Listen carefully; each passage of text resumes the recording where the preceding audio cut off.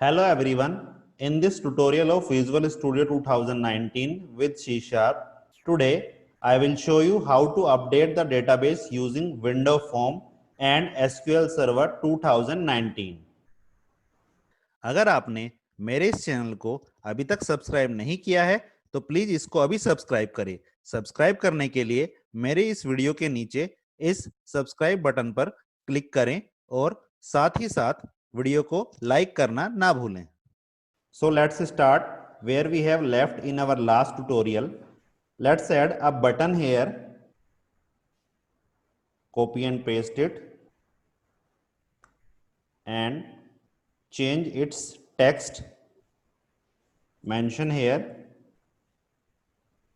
update.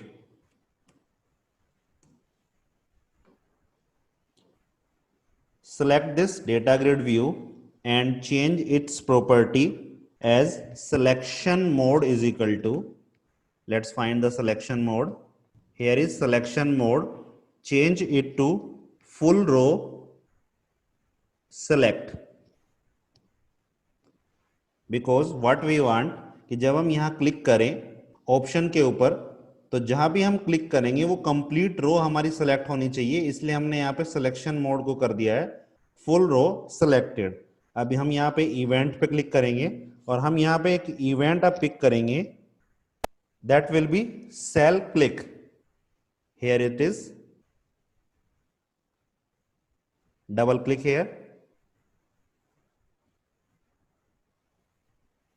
तो यहाँ पे हमारी कोडिंग स्टार्ट हो गई है, data grid view underscore cell click. तो यहाँ अब हम कुछ कोड अपना टाइप करेंगे। So what I want, design view को देखते हैं। जब मैं यहाँ पे किसी भी सेल पे अगर मैं क्लिक करता हूं तो उस सेल की वैल्यू मुझे इन तीनों टेक्स्ट बॉक्स में भी शो हो जाए। तो चलिए इसके लिए हम यहाँ कोड करते हैं। First of all text box 1 dot text is equal to, text box 1 में हम क्या डिस्प्ले करना चाहते हैं, हम वहां डिस्प्ले करना चाहते हैं कि जो भी हमारी फर्स्ट रो है, जो हमने डेटा ग्रिड व्यू लिया हुआ है उसकी फर्स्ट रो में हमारे सेकंड एलिमेंट की जो वैल्यू है मैं वहां पे डिस्प्ले करना चाहता हूं। तो मैं यहां सेलेक्ट करूंगा data grid view 1 dot select selected rows. अब मैं यहां पे कौन सी रो सेलेक्ट करना चाह रहा हूं, फर्स्ट रो, यानी कि इसकी इंडेक्स वैल्यू होगी 0 डॉट, इसके अंदर जो मेरे सेल्स होते हैं, अब मुझे सेल्स को एक्सेस करना है तो सेल में यहां पे एक्सेस करना चाहूंगा फर्स्ट, यानी कि सेकंड नंबर का सेल, क्योंकि फर्स्ट हमारा है 0 जो इंडेक्स वैल्यू पे है वो हमारी है आईडी। अब आईडी को मैंने शो नहीं किया हुआ है अपने डिजाइन व्यू पे, इसलिए मैंने यहाँ पे सेल को 1 पिक किया है। डॉट वैल्यूज डॉट, अब मैं इसको कन्वर्ट कर देता हूं टू स्ट्रिंग में। नेक्स्ट, अब मैं यहां से इसको कॉपी कर लेता हूं, इसका मैं साइज थोड़ा स्मॉल कर देता हूं।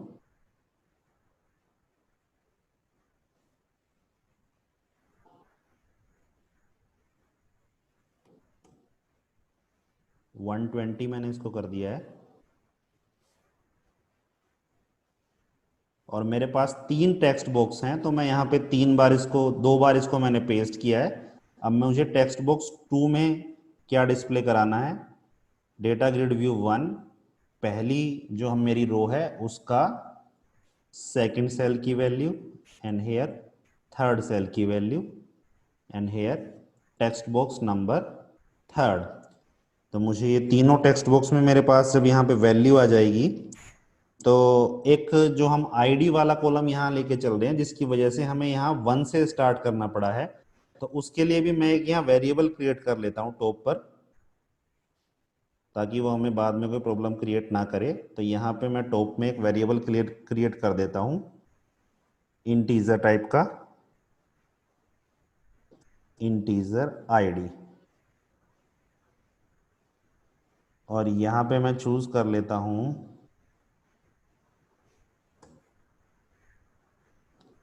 ID is equal to student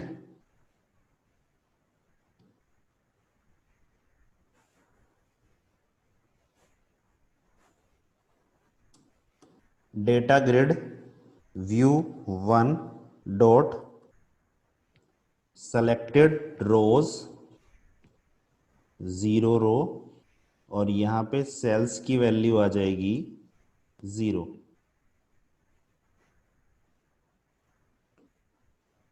dot values, और मैं क्या करता हूँ, इसको कन्वर्ट कर देता हूँ मैं इंटीजर में। तो मुझे यहाँ स्टार्टिंग में यूज करना होगा कन्वर्ट डॉट टू इंट 32। तो ये वैल्यू मेरी इंटीजर में कन्वर्ट हो जाएगी और आईडी में स्टोर हो जाएगी। तो चलिए इतने कोड को हम एक बार रन करके अपने देखते हैं। Start debugging.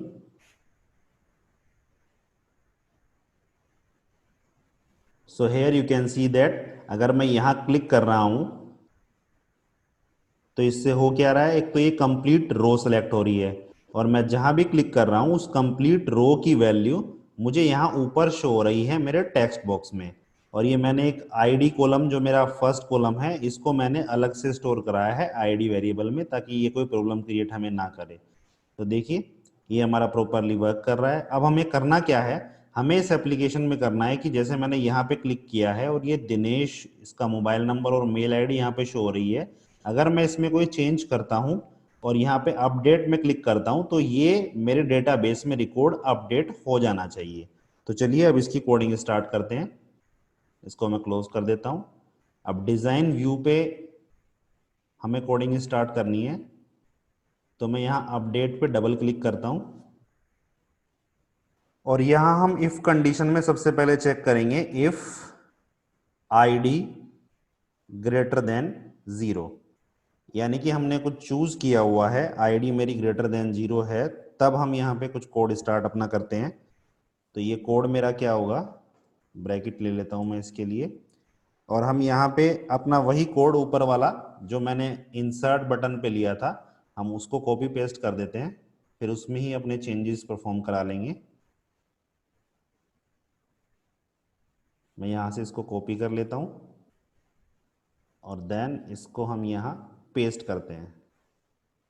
तो यहाँ पे मुझे चेंज क्या करना होगा, पहले मेरी एसक्यूएल कमांड है, ये इंसर्ट की कमांड थी, इसको मुझे चेंज करना पड़ेगा अपडेट से अपडेट। ये कमांड मुझे पूरी यहाँ पे चेंज करनी पड़ेगी। यहाँ पर मुझे अपनी टेबल की डिटेल्स चेक करनी पड़ेंगी, तो मैं यहाँ डेटाबेस ओपन करता हूँ। यहाँ आप देख सकते हैं हमने फर्स्ट स्टेप नाम से ये डेटाबेस क्रिएट किया हुआ है। इसको हम एक्सपेंड करते हैं, देन टेबल को एक्सपेंड करते हैं। ये माई टेबल हमारी टेबल है जिस पे हम वर्क कर रहे हैं। तो मैं इसका यहाँ पे डिज़ाइन व्यू ओपन करता हूँ, और यहाँ हम देख सकते हैं हमने यहाँ पे कैपिटल लेटर में आईडी एक फील्ड लिया हुआ है, then name, then mobile number. हमारे कोड में कुछ प्रॉब्लम ना हो तो इसलिए मैं यहाँ पे ये स्पेस रिमूव कर देता हूँ, mobile number. And email ID में भी जो स्पेस है मैं इसको भी रिमूव कर देता हूँ। तो हमने यहाँ पे 4 कॉलम्स लिए हुए हैं, इनको सेव करते हैं। देन अपना कोड अगेन स्टार्ट करते हैं। अपडेट टेबल का name my table,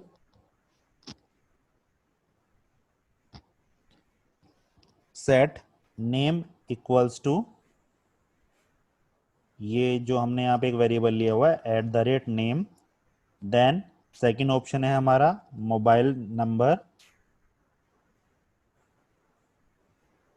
is equal to @mobile। Then email ID is equal to @email। इन ब्रैकेट को हम यहाँ से हटा देते हैं। देन हम यहाँ पे यूज करेंगे where ID equals to @id, क्योंकि हमें यहाँ पे आईडी की भी रिक्वायरमेंट होगी। देन नेक्स्ट हमने लिया हुआ है यहाँ cmd command dot command type, ये हमारा करेक्ट है। Then name, mobile number, email ID, और अब हमें यहाँ पे आईडी को भी डिक्लेयर करना पड़ेगा। तो मैं यहाँ पे इसे कॉपी कर लेता हूँ, इसे यहाँ पेस्ट करते हैं। और यहाँ हम मेंशन कर देते हैं आईडी, और इसकी वैल्यू कहाँ से आएगी, इसकी वैल्यू आएगी दिस डॉट आईडी से। कनेक्शन यहाँ पे ओपन हो गया। Then execute non query, connection close, और मैसेज बॉक्स में हम यहाँ पे डेटा को अपने चेंज कर देते हैं, डेटा इज अपडेटेड सक्सेसफुली। और अगेन ये शो डेटा यहाँ पे कॉल हो जाएगा। इसके एल्स पार्ट में हमने यहाँ पे एक मैसेज दे दिया है कि अगर हमने ये आईडी लेस देन 0 हुई तो ये एरर मैसेज यहाँ डिस्प्ले हो जाएगा, मैसेज बॉक्स डॉट शो में एरर मैसेज। तो चलिए इसको रन करते हैं हम।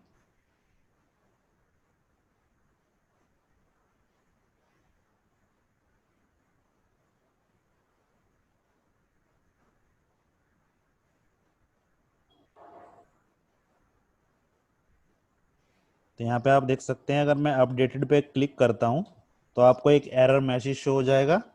इसको ओके करें। सो मुझे यहाँ से एक रो सेलेक्ट करनी पड़ेगी, तो मैं लेट से इसे सेकंड को चूज करता हूँ। तो यू कैन सी यहाँ पे इनकी एंट्रीज आ गई है। इसको मैं अपडेट कर देता हूँ, Kumar, click on update, data is updated successfully, एक मैसेज शो हो रहा है। और यहाँ आप देख सकते हैं ये साहिल कुमार अपडेट हो चुका है। देन हम इस अमित को भी अपडेट कर देते हैं। यहाँ से अमित को मैं कर देता हूँ अमित जैन, इसको अपडेट करते हैं, अपडेटेड सक्सेसफुली, और ये यहाँ पे चेंज होके आपको शो हो रहा है अमित जैन। चलिए अब एक बार हम डेटाबेस को भी चेक कर लेते हैं कि वहाँ ये एंट्री रिफ्लेक्ट हो रही हैं या नहीं। इसको मैं रिफ्रेश करता हूँ और हम यहाँ पे ओपन करते हैं एडिट टॉप रोज। आप देख सकते हैं ये अमित जैन और ये साहिल कुमार, तो ये डेटाबेस में भी हमारे चेंजेस हो रहे हैं। तो इस तरह से हम यहाँ पे चेंजेस कर सकते हैं। इसके अलावा मैं आपको शो कर देता हूँ, हम यहाँ पे एक दो फीचर और ऐड कर देते हैं। जैसे ही आप ये एंट्रीज फिलअप करते हैं उसके बाद आपके टेक्स्ट बॉक्स में वैल्यू बची रह जाती है और हम चाहते हैं कि वो टेक्स्ट बॉक्स से वैल्यू ब्लैंक हो जाए। तो इसके लिए हम क्या करेंगे, हमने जो यहाँ ये बटन 2 पे कोड किया हुआ है, इस कोड को मैं अगेन एक मैसेज में टाइप कर देता हूँ। इसके लिए हम यहाँ लिखना होगा, इसे हम सेलेक्ट कर लेंगे, then right click on it, और यहाँ आप एक ऑप्शन देख रहे हैं क्विक एक्शन एंड रेफरेंस, इस पे हम क्लिक करेंगे। एक्सट्रैक्ट मेथड, तो ये क्या करता है, ये हमें एक एक्सट्रैक्ट मेथड करके दे देता है। अप्लाई, यहाँ इसने हमें एक मेथड बना के दे दिया है, इसका नाम रख दिया है न्यू मेथड, तो इसको हम रख देते हैं, इसका नाम चेंज कर देते हैं क्लियर डेटा। तो यहाँ पे भी हम यही चेंज कर देते हैं क्लियर डेटा। तो अब इस फंक्शन को हम कहीं पे भी कॉल कर सकते हैं। मैं इसे यहाँ कॉपी कर लेता हूँ और इसको भी मैं कॉल कर देता हूँ आफ्टर शो डेटा फंक्शन। इसको अगेन हम डिबग करते हैं।